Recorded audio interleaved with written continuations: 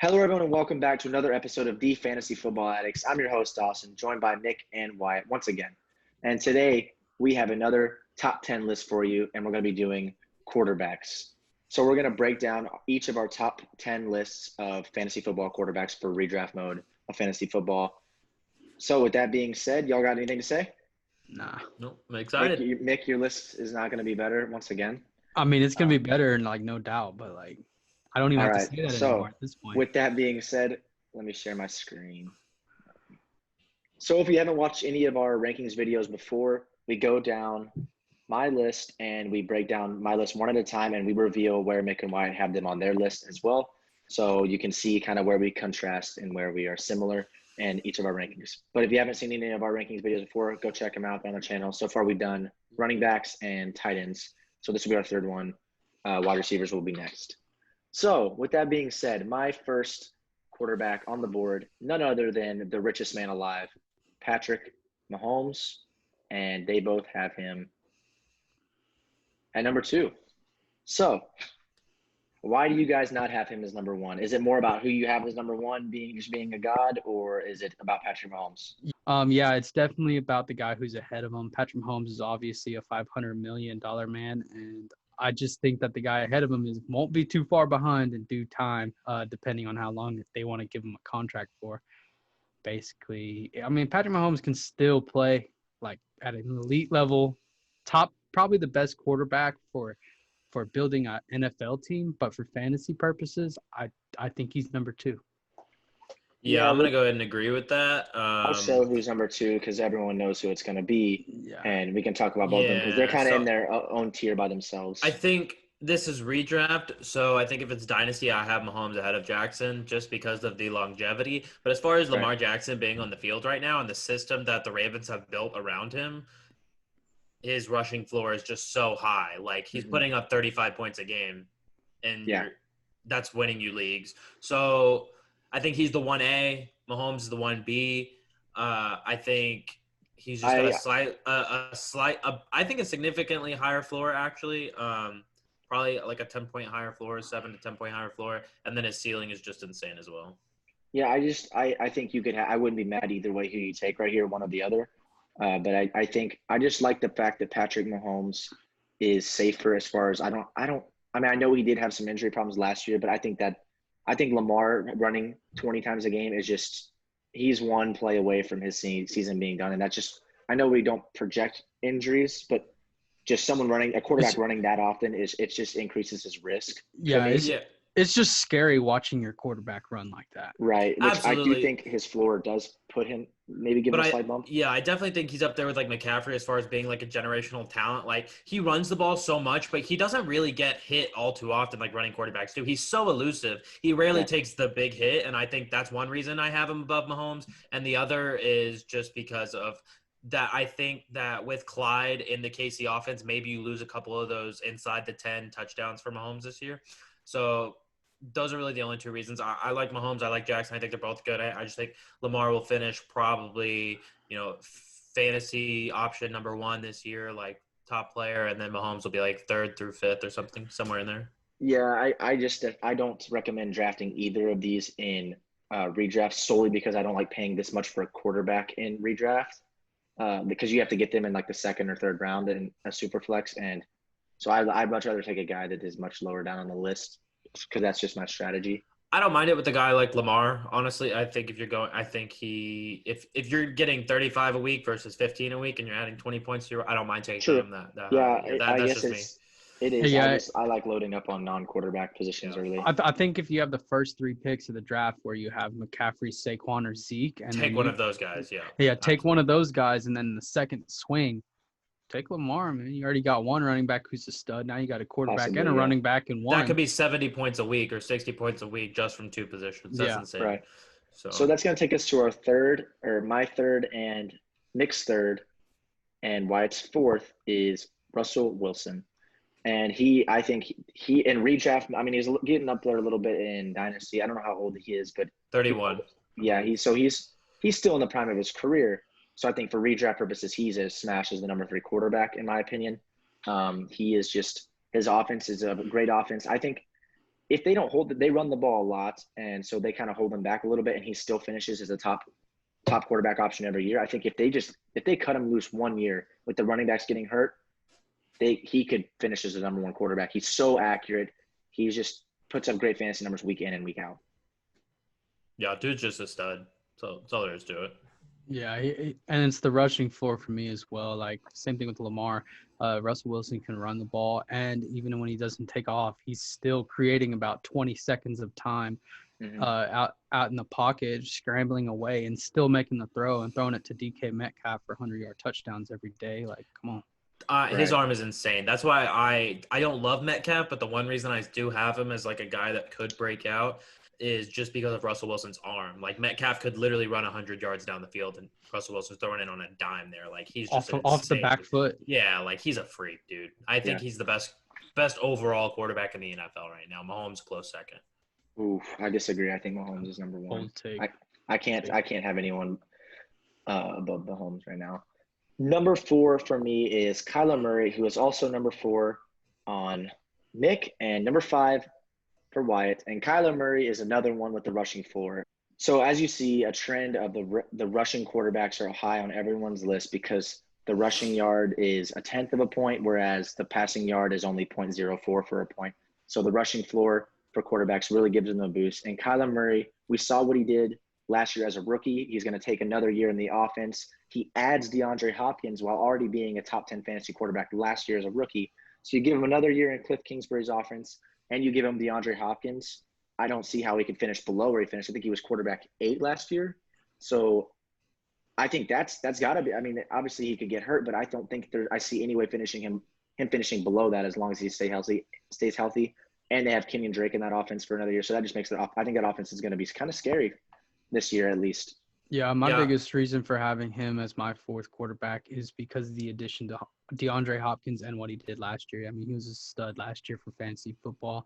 And then you add DeAndre Hopkins, who is an absolute stud, top 2-3 receiver in the game right now. Right. Like, come on, give me that. Yeah, I wasn't super high on Kyler, and then they signed D-Hop. And the reason is because, like, usually rookie quarterbacks don't have a great first year. And Kyler did, and I think he's really smart. I don't think people give him enough credit for that. And I think I was not as high on him because I felt like he was trying – he's obviously, first pick superstar there. But I think I didn't like him because he was going to try to do so much with his talent and probably get himself hurt or just get frustrated. But the fact that they signed D-Hop, that definitely helps take a ton of pressure off him, knowing that there's an option that he can just throw the ball up and, like, the guy's going to win it like 80% of the time. So I think that takes a lot of pressure off of him. It's just going to help the offense flow a lot more. And I think it's actually going to open up Kyler's run game and boost his run ceiling. So does Kenyon Drake being there the whole year. Yes. So they can run read options and stuff like that. Yeah. I think Kyler's just a really good player. I'm looking at my list now, having him at 5. I might even put him higher. I just like everything that has to offer in that Cardinals offense right now. And that defense is really bad. It was atrocious last year. So they're going to be in shootouts. They're going to be throwing the ball a lot. He'll get you garbage time points. And I like their division for the shootouts too. Like, I think they're going to be playing some exciting games. Like he, almost beat the Niners, twice last year? So, I mean, played good games against them.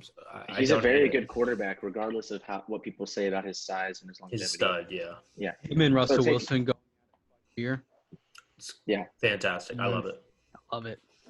So going to my number 5 quarterback is going to be Matthew Stafford, and someone that I have very, very high. Everyone knows I'm very high on him. Mick has him down at 9. Wyatt doesn't have him in his top 10, which I think is absolutely just blasphemy because Matthew Stafford last year was on an MVP level pace if he stays healthy, and obviously Lamar just had an insane. But he was quarterback 2. I think he would have been the quarterback 2 probably if he stayed at this pace that he had last year. He was on fire, and the only thing that stopped him was his injury, and he even played 2 weeks with a broken back. So he's tough as nails. He has great weapons on the outside with Marvin Jones Jr. and Kenny Golladay, and they add Swift to that offense. So even if they can't run the ball, they're not historically a great running team. I think that offense will be able to run the ball a little bit enough to open up some passing lanes, and that defense is terrible, so they're going to be throwing the ball a ton. He has a huge volume, high ceiling. I think Matthew Stafford is going to finish as a top 5 quarterback this year, and that is one of the flags that I would plant, and you have to tear me down from it. Yeah, so for me, the only reason why he's not higher on my list is because he doesn't have a rushing floor like the other guys on my list. I love quarterbacks with rushing floors. I tried to have everybody ahead of him with the rushing floor. I did my best. I don't think I quite got it. But yeah, you can't argue about his weapons. You can't argue about his talent. He's going to throw like 400 yards a game, probably like 3-4 touchdowns. But I mean, I'd rather have a quarterback with the rushing floor. I mean, he's going to put up 20 points a week at least, and you can get him at such a discount compared to these other guys. That's why in redraft he is my number one. He's like one of my favorite Yeah, quarterbacks to target. yeah, I agree. I'd rather have Matthew Stafford than the other guys on my list because of the price I would have to pay with their ADPs. But I'd still like if ADP was not a factor, I'd still have all 8 of the other guys on my list before Matthew Stafford. Fair enough. Yeah, guess I the rest didn't is fair. have him on my list. I think that in a redraft, he's right there on the bubble of top 10. He just didn't make my list. But I think I would definitely stock up on other positions and have no problem taking Stafford as my QB1. He kind of I gets really overlooked in wouldn't. people's lists a lot because he's just kind of it's not a big sexy name The like Lions. Kyler or Russell, and it's on the Lions, and it's just a bad team. But he puts up very, very good numbers year in and I year think out. his value is fantastic. I just don't think he quite makes the top 10 as far as my I list think is this concerned. is going to be one of those ones. I really hope, and as long as he stays healthy, that I think we're going to look back on it. I'm going to be right about. I'm very confident in Matthew Stafford this year, but that's just one of my guys. He's kind of like my CEH, you could say. Uh, Probably. Number 6 on the list is going to be Dak Prescott, who Nick has as number 5, and Wyatt has as number 6. And this is one we all pretty much agree on. Dak Prescott, his weapons are just fantastic in that offense. Amari Cooper, Michael Gallup, CeeDee Lamb, with Zeke running the ball behind a top 5 offensive line. He put up great numbers last year, and I think this year he's just going to be, once again, another great fantasy quarterback, mid QB1. Yeah, so for me, he finished quarterback 2 last year, ahead of Mahomes. I know Mahomes missed a few games, but Right. still, he still finished quarterback 2. And then you add CeeDee Lamb to that, like, how can you not take him? Like Right. like, how can you not have him in the top 5? Like, it pains me to say because it's the Cowboys, but like top 5, that's a given for fantasy football. For me, he reminds me a lot of Jameis. As far as he's got the weapons around him, I just don't think Dak's special. He doesn't throw the picks that Jameis does, and he runs a little more. So that's obviously why he's on this list for me. I think 6 is about right because I don't know. I think I think he's I think the one very thing that kind of consistent and he's going to be good, and I like his weapons, but I don't think he's going to be special. I don't think he's going to be throwing for 4 touchdowns a game. I think he's going to be solid, 20 points a week or whatever. Sure. the reason he Fringe won't top throw 5. for the reason he won't throw for 4 touchdowns in a game is because they have Zeke. So anytime they get in that goal line, they're going to run the ball with Zeke, and he takes. So I think Zeke kind of minimizes Dak's touchdown ceiling. However, Mike McCarthy coming in, he's a pass first guy as we've seen so far. So I think he might have some fun with Dak in that offense with those 3 receivers, that wide receiver trio. I think Dak has a Yeah. very high ceiling as well. I think you can continue to see a ton of yardage for Dak, and then Zeke might rush for like 20 touchdowns this year. I Yeah, think they're going to be a really good that team. offense is going to be incredible, I believe. Yep. So that is going to take us down to my number 7, who is Matt Ryan of the Atlanta Falcons, who is also 7 on Wyatt's list and down at 10 for Mick's list. And we can all guess why Mick has him down at 10. No rushing floor whatsoever. So I personally, this overshadows the rushing floor for me is the fact that he's going to throw for 400 yards a game. That once again, that defense is terrible. They just they're in the dome. They throw the ball. They're in a dome against the Saints twice a year. They play against really bad defense in Tampa Bay, a really bad passing defense in Tampa Bay twice a year. Carolina doesn't have a great passing defense twice a year. He's going to throw for between 4,500 and 5,000 yards every single year. He has great weapons with Hurst, Ridley, Julio. And now you add Gurley to the mix. I think that offense is going to be, once again, it's a good offense. And I think he's just going to throw so many times. I think they throw 600 times a year at least. So he's going to put up good numbers just by sheer volume. Yeah, for me, he's lower on the list because towards the end of the year, they actually started playing well. Like they almost snuck into the playoffs if like a bunch of teams, like they had to have a bunch of teams like lose and things go their Right. way, which didn't end up happening. But they played very well at the end of the season. That defense, it started playing well towards the end of the season too, because they didn't just do that. And if that defense can stay where they were at the end of the season, you add Todd Gurley, who can run the ball. I just don't see. I mean, I know what you're saying. Like, I see that he's going to be passing the ball a lot, but I don't expect him to be passing at the same volume as he has in the past. He also doesn't have a rushing floor, which I don't love for quarterbacks. So Matt Ryan's at 10 on my list. I had a hard time putting in the top 10 as well. Yeah, I've got him at 7. I think he's basically Dak. He's going to pass the ball a lot. I think he's going to pass more inside of the red zone for touchdowns than Dak will. He doesn't have the rushing floor, and they're going to be getting in a ton of shootouts in that division. So I think him and Dak are almost identical, honestly. I just think he'll probably have a couple more passing touchdowns, and Dak will have more rushing yards. I think they're washed as far. I think they're both great. They're very close and very good options. I think Matt Ryan you can get at a much higher discount. So I would lean towards him in redraft. That's going to take us to number 8. And number 8 for me is going to be Deshaun Watson, who Nick has as number 6, and Wyatt doesn't have in his top 10. And here is actually a really bold take of Wyatt's that I like it. I had trouble. What? You agree with me? I was just too scared to do what you did. I was just afraid. But I'm not big on Deshaun Watson this year. He is one of my stay away froms. Yeah, I'm on the ultimate fade. That offense just got worse for him. I mean, obviously, I love Deshaun Watson as an NFL talent. That is not what I'm saying. He's a fantastic quarterback, great talent. But with Bill O'Brien as his coach and GM, he's decimating that team, in my opinion. I think those receivers, while they're all good receivers, all of them have health issues. At one point or another, there's going to be one of those receivers in the game at most. And Deshaun Watson's going to have to do it all by himself. And I love the fact that he has a rushing floor. I just am so afraid of that offense in general. The only person I really like in that offense is David Johnson. He's the only really redraft guy that I would even target, just because the loss of DeAndre Hopkins is just too much for Deshaun Watson fantasy wise, in my opinion. Okay, so for me, I have him a lot higher than both of y'all. Only 2 spots higher than me, but. Yeah, so I think you're missing the point whenever you talk about how his weapons are gone. That just means his rushing floor is just about doubled. Like, I mean, not necessarily. They can just take that away. They have a spot. He's gonna have to take off and run a lot more than he did in the past. Brandon Cooks, I mean, he had his concussion issues last year, but other than that, I mean, he doesn't really have a track line of injuries. So it's just last year he had like 19 concussions in a month. So if he puts an extra strip of bubble wrap on, he's good to go. Will Fuller, he needs to work on them hamstrings. But when Will Fuller's in the game and Deshaun Watson's playing, that is like the best combo like ever for fantasy sports. Those two combined have lit up the scoreboard. Like, it is an insane stack. But the biggest question is, can Will Fuller stay healthy? And then you add David Johnson. I expect him catching some screen passes. He can make a man miss or two, catching on the check downs. And then Duke Johnson ain't no scrub either. He's a receiving back out there. He played pretty well last year. So I don't think that his weapons are as bad as you're making out to be. I mean, the Will Fuller one is the one that scares me the most. And his rushing floor, I think, is just shot through the roof. I think he's going to be an absolute stud.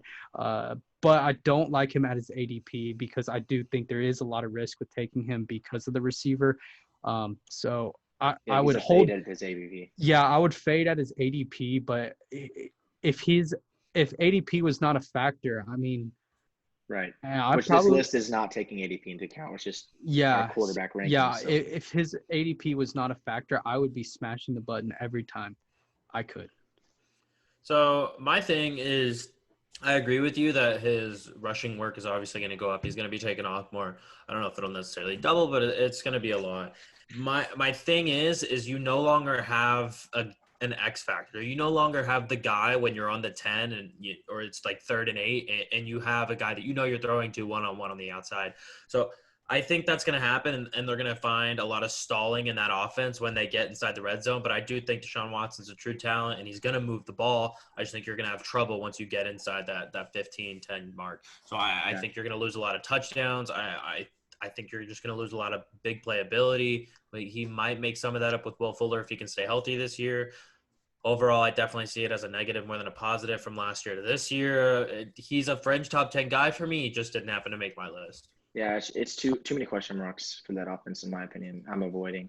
My number 9, who I wish I could put higher, actually, which is very surprising as a Drew Brees fan, but Wyatt could manage to put him higher, is Tom Brady. And we talked about that offense a ton on this channel. It's a great fantasy offense.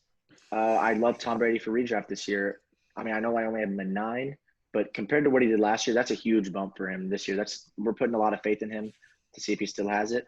I think he does still have a little left in the tank, and I think that offense and those weapons is just going to be huge for him, and he's going to produce very high. Wyatt obviously thinks he's going to produce Yeah, insanely high. absolutely. I don't understand how he's not higher, and like I really don't. I think this is just a huge miss by the fantasy community as a whole. I think they're judging him too much off of his last year or two.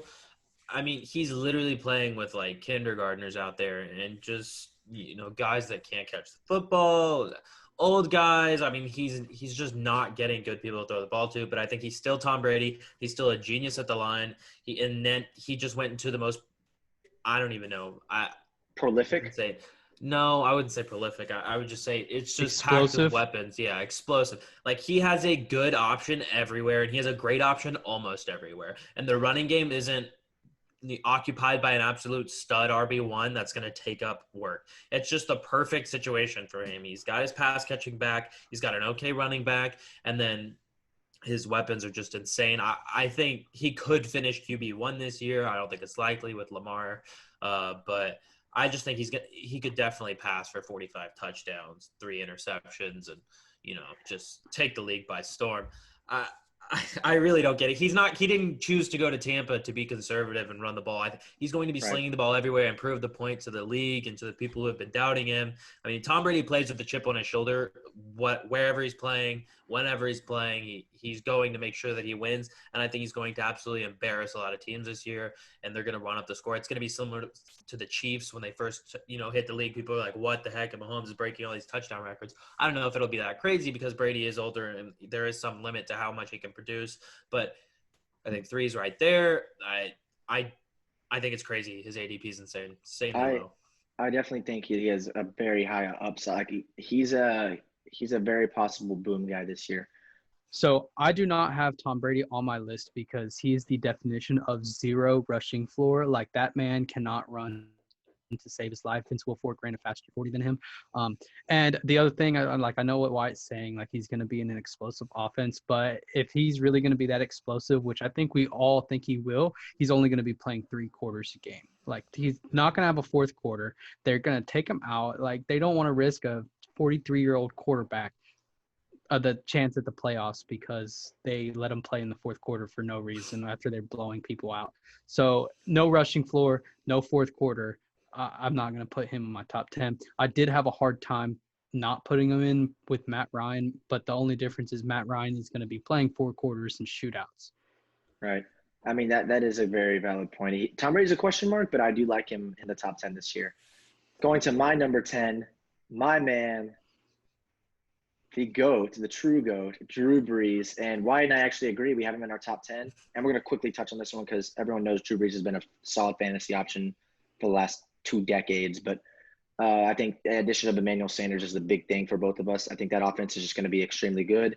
He's going to have a lot of weapons to throw the ball to. And he's going to be the old statistical Drew Brees putting up crazy numbers. Even though they're kind of leaning towards a more run-heavy approach, I still think Drew Brees is going to be massively efficient with his passing work. Yeah, I'll keep it simple. Kamara is a great pass-catching back and also a great running back. They picked up Sanders, who's going to space that offense out, and it's a primarily passing offense with a great passing quarterback. I just don't see how he's not top 10. He's right there on that for me. For me, Tom Brady, Matt Ryan, Drew Brees they all could have made the top 10 for my list, but Matt Ryan just edged him out because of he's going to be in shootouts and he's going to be playing in fourth quarters. I know it talked losing, but I know it talked about his Matt Ryan's defense being a little bit better, but a little bit better isn't good enough for that team. Like they're going to still be in shootouts, just not as much as Matthew Stafford. Right. And going to number 7 for Nick and someone who has a rushing floor, I think is the only possible argument for him, Josh Allen. Yeah, so Josh Allen has an insane rushing floor. I think he's going to be getting all the goal line touches on the 1 yard line, 4th and 1, 3rd and 1. The dude runs head first. He don't care. I mean, if I'm building an NFL team, I want a dude with that kind of personality on my team. Maybe not his accuracy, but I want his personality on my team because he's going to do whatever it takes to win. And I want him on my fantasy team because he will do whatever it takes to make my fantasy team win. I mean, yeah, he does have the rushing floor. Yeah, I'm fine with 250, maybe 75 yards rushing, 1 rushing on the ground, and possibly 2 or 3 touchdowns through the air. I think that's pretty close to what you're getting. And the addition of Stephon Diggs, I mean, John Brown turned into a 1,000-yard receiver for the first time in his career last year. I think Stephon Diggs is a better version of John Brown, so I think that goes up. They still have John Brown, Cole Beasley, Devin Singletary. They just drafted Zach Moss. I love Josh Allen 100%. He's my dude. Yeah, he's just outside my top 10. But I just don't think he's a good quarterback. I think he's just a tough guy. I like him I like his personality. He just seems like a tough guy that plays with his hair on fire. My type of guy. I just that accuracy bothers me. It's just the deep ball accuracy too. It's not the whole accuracy, and he just throws it deep. He's not super accurate everywhere, but I think he is. I don't know. I just don't like him. I don't trust him. He's not someone I'm really targeting. I don't trust the fact that he could have weeks where he goes like 9 for 21 passing or something like that. I believe he will run head first through a brick wall for my fantasy team.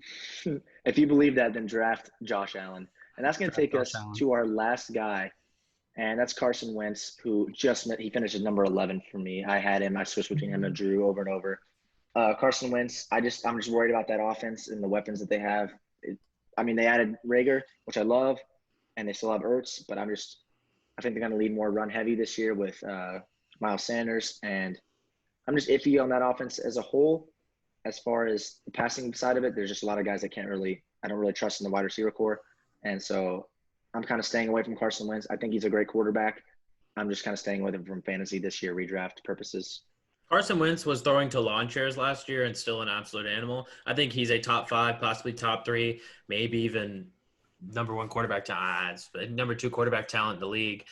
So I think if they really get that offense flowing, he's absolutely dangerous. That's the only reason I have him at 8. I love him a lot more than that, but that's where he's at. Yeah. I also had him on a team last year, and it kind of scarred me. He didn't do super great. I think that's only because his receivers didn't have hands. They were really just playing out there with wrist, trying to catch footballs, because Carson Wentz was hitting dudes in the hands, and they were just falling to the ground.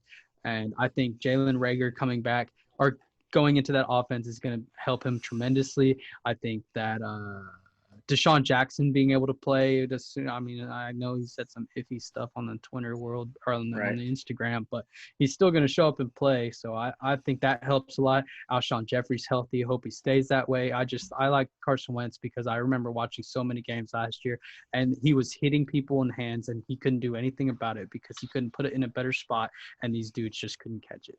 Yeah, they led the league in drop rate on quality passes significantly more than anyone else. Yeah, so I guess that is a good point. He can perform even with bad receivers. I think he has a chance to do well.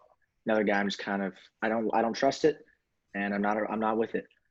So that's going to do it for our top 10 quarterbacks list. Thank you guys so much for watching. If you liked our list, give us a like on the video.